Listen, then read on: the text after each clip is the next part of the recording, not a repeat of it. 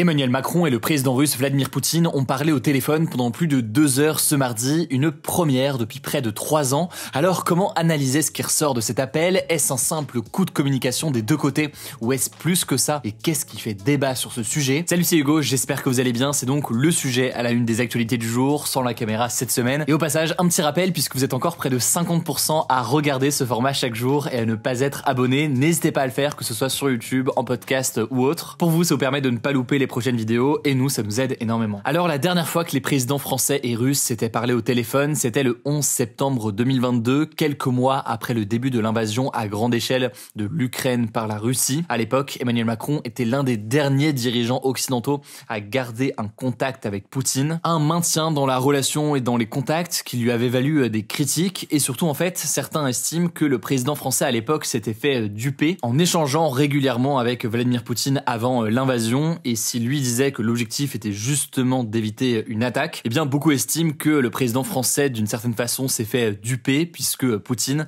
a bien fini par envahir l'Ukraine. Alors avec la guerre et face à l'absence de volonté de paix apparente du côté du président russe, Emmanuel Macron avait cessé les échanges comme la plupart des dirigeants européens, à l'exception quand même notable de 2 dirigeants.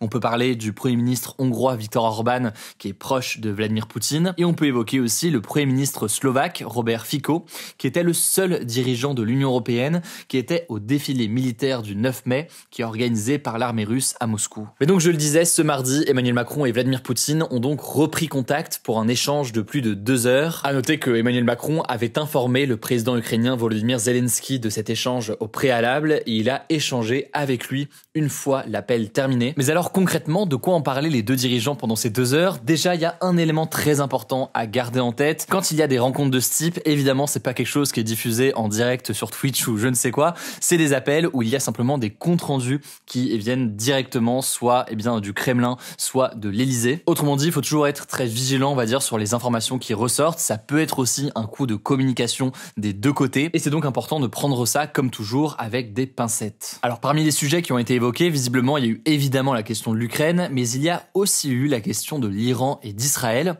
On va commencer avec la question de l'Ukraine. Selon l'Elysée, Emmanuel Macron a réaffirmé, je cite, le soutien indéfectible de la France à la souveraineté et à l'intégrité territoriale de l'Ukraine. La France appelle à un cessez-le-feu rapide et à l'ouverture de négociations pour un règlement, je cite, solide et durable du conflit entre l'Ukraine et la Russie. De son côté, Vladimir Poutine a répété que la guerre en Ukraine était selon lui la conséquence de la politique des États occidentaux, des États qui ont selon lui ignoré les intérêts sécuritaires de la Russie depuis des années. Ce n'est pas une surprise si vous suivez la chaîne depuis plus de 2 ans au moins maintenant. Il a notamment critiqué l'OTAN, donc cette alliance politico-militaire de pays occidentaux menée par les États-Unis, le fait que l'OTAN se rapproche de plus en plus de pays à l'est de l'Europe. La Russie estime que c'est une menace pour lui. Et de la même façon, vous l'imaginez, là aussi ce n'est pas une surprise, il critique le soutien apporté par les pays occidentaux à l'Ukraine, estimant que c'est une menace directe à la sécurité de la Russie. Bon, tout ça c'est pas forcément une surprise, en réalité c'est une transcription, on va dire,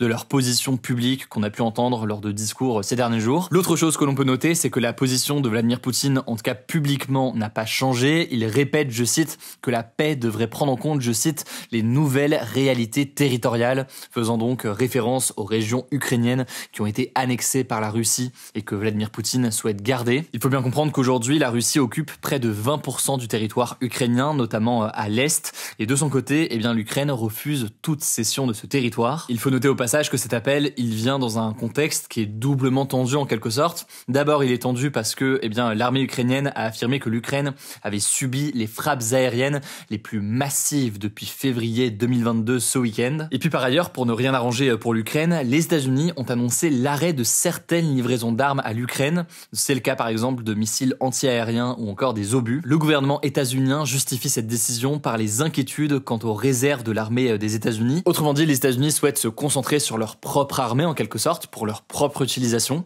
Mais ça reflète en fait plus largement un désengagement croissant de l'administration de Trump envers l'Ukraine. Et pour rappel, Trump avait promis de régler la question de la guerre en Ukraine en 24 heures. Spoiler, je ne vous apprends rien, rien n'a été réglé en 24 heures. Au mois de mai, Trump avait appelé un cessez-le-feu inconditionnel de 30 jours entre l'Ukraine et la Russie. C'est une trêve que l'Ukraine avait acceptée, mais la Russie n'a jamais répondu concrètement à cette proposition, mettant en avant des éléments importants comme le fait de récupérer l'intégralité des territoires territoires qu'ils ont conquis. Et depuis, les discussions autour d'un accord entre les deux pays est au point mort, avec chaque camp qui reste donc sur ses positions. Alors l'autre sujet évidemment important qu'il faut analyser, c'est la question de l'Iran et d'Israël. En effet, cet appel, il a eu lieu une semaine après la mise en place d'un cessez-le-feu entre les deux pays. Pour rappel, on va pas tout réexpliquer parce qu'on en a beaucoup parlé ces derniers jours, mais après des bombardements israéliens et états-uniens, des bombardements vivement contestés au regard du droit international et qui avaient pour objectif officiel de détruire les capacités de l'Iran de développer une arme nucléaire, alors que l'Iran affirme de son côté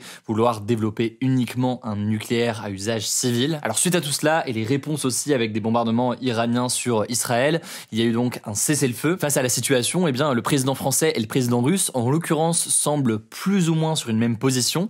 Ils se sont accordés sur le fait que la crise devait être résolue uniquement par des moyens diplomatiques et non pas par la force. Et ce rapprochement entre la France et la Russie, finalement, il n'est pas si étonnant que ça, puisqu'il s'explique par un intérêt commun à empêcher l'Iran d'acquérir l'arme nucléaire. Encore une fois, dans le cas où l'Iran souhaiterait potentiellement développer l'arme nucléaire. Mais on ne revient pas sur le débat et les discussions là-dessus, on en a déjà parlé ces derniers jours. En tout cas, ce qu'il faut noter, et ce qui montre quand même qu'il y a une volonté commune depuis assez longtemps entre les deux pays, c'est que la France comme la Russie étaient signataires de l'accord de 2015. C'est un accord en fait qui visait à encadrer le programme nucléaire iranien en échange d'une fin progressive des sanctions économiques sur l'Iran. Un accord dont Trump s'était retiré lors de son précédent mandat. Alors sur tout ça, on peut noter qu'Emmanuel Macron a insisté sur l'urgence que l'Iran coopère avec l'Agence internationale de l'énergie atomique, en laissant donc des inspecteurs se rendre sur les sites nucléaires pour faire un état des lieux sur la situation. Cependant, là, il y a un point de contexte extrêmement important à avoir ici, puisque avec les bombardements massifs israéliens et états-uniens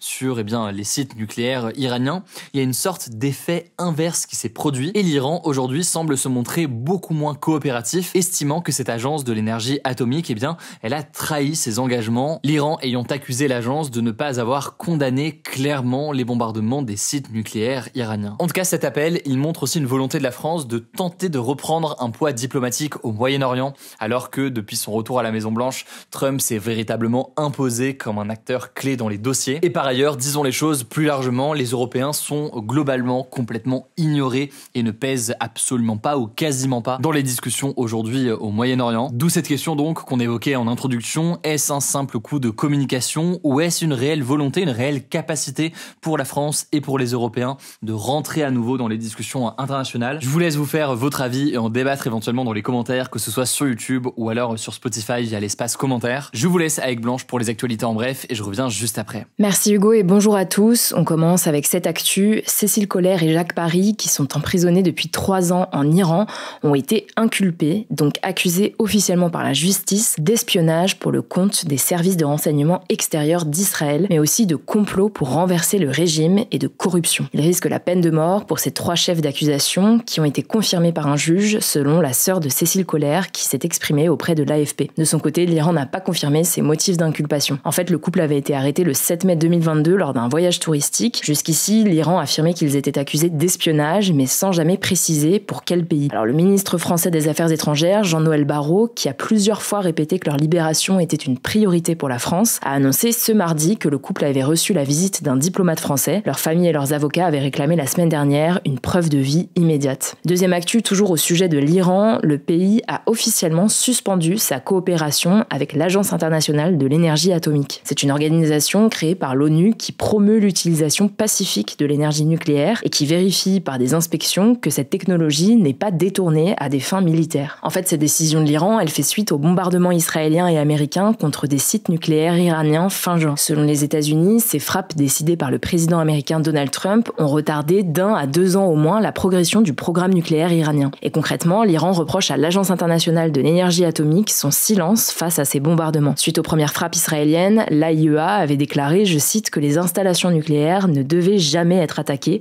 quel que soit le contexte ou les circonstances, sans citer expressément les bombardements israéliens ou des États-Unis. Alors de son côté, l'ONU a jugé inquiétante cette décision de l'Iran, car avec la suspension de cette coopération, la communauté internationale n'a plus aucun moyen de vérifier ce que fait réellement l'Iran dans ses installations nucléaires. Ça alimente donc les soupçons sur un éventuel programme militaire secret visant à obtenir la bombe atomique. Troisième actu, en France, 25% des vols étaient annulés ce jeudi dans les aéroports de Paris-Charles de Gaulle, Paris-Orly et Beauvais, et ce chiffre monte à 50% pour l'aéroport de Nice. La raison, c'est que les 2e et 3e syndicats des contrôleurs aériens ont appelé à une grève ce jeudi et ce vendredi pour dénoncer leurs conditions de travail et une réforme en cours visant à établir un pointage des contrôleurs à leur prise de poste. L'objectif, c'est de savoir à quelle heure les contrôleurs arrivent sur leur lieu de travail et cette réforme, elle fait suite à un incident grave qui a eu lieu en 2022 à l'aéroport de Bordeaux. 2 avions avaient failli entrer en collision à cause d'une organisation défaillante du temps de travail des contrôleurs. Alors le ministre des Transports, Philippe Tabarot, a dénoncé des revendications inacceptables et a affirmé qu'il ne céderait pas à la pression syndicale. La Direction générale de l'aviation civile a elle demandé aux compagnies aériennes de réduire leur programme de vol. La grève se poursuivra ce vendredi et concerne aussi d'ailleurs les aéroports de Lyon et Marseille. 4e actu, je voulais vous reparler des intoxications alimentaires dans l'Aisne.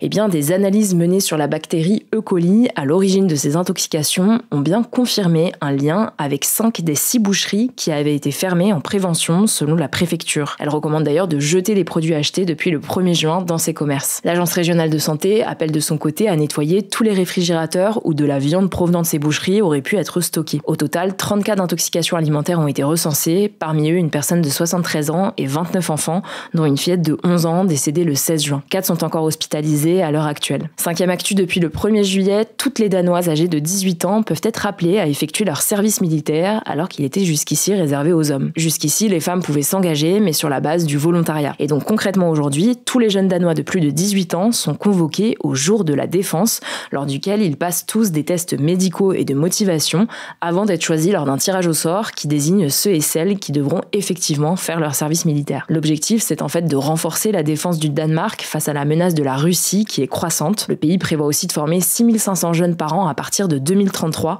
soit une augmentation de 40% par rapport aux chiffres actuels. Cette réforme, soutenue par une partie des responsables politiques danois, est critiquée par d'autres qui estiment qu'elle rend la jeunesse trop militaire. 6e actu, le train coûte en moyenne 2,5 fois plus cher que l'avion lorsque l'on voyage en Europe, selon une étude publiée ce jeudi par le réseau Action Climat, l'UFC Que Choisir et Greenpeace. L'étude s'est basée sur le prix d'entrée des billets d'avion et de train sur 21 liaisons entre la France et l'Europe. Elle prend l'exemple d'un voyage Marseille-Londres avec un billet d'avion à 15 €, quand le même trajet en train, le même jour, est affiché à 188 €. Alors pour voyager dans l'Hexagone, le train reste moins cher quand il s'agit d'un trajet direct, mais quand une correspondance est nécessaire, c'est l'avion qui est plus abordable. L'étude explique ces écarts de prix par les péages ferroviaires dont doit s'acquitter le train. Ces péages servent notamment à financer l'entretien et la modernisation des voies et constituent le principal coût pour le transport ferroviaire. Alors une fois qu'on a dit ça, c'est important de noter tout de même que l'avion est le moyen de transport le plus polluant. Le transport aérien représente environ 2,5% des émissions mondiales de CO2 et pollue 70 fois plus que le train, selon cette même étude. Si jamais le sujet vous intéresse, je vous mets le lien de l'étude en description. Et on termine avec cette actu. L'Organisation mondiale de la santé a lancé ce mardi une initiative suggérant à ses pays membres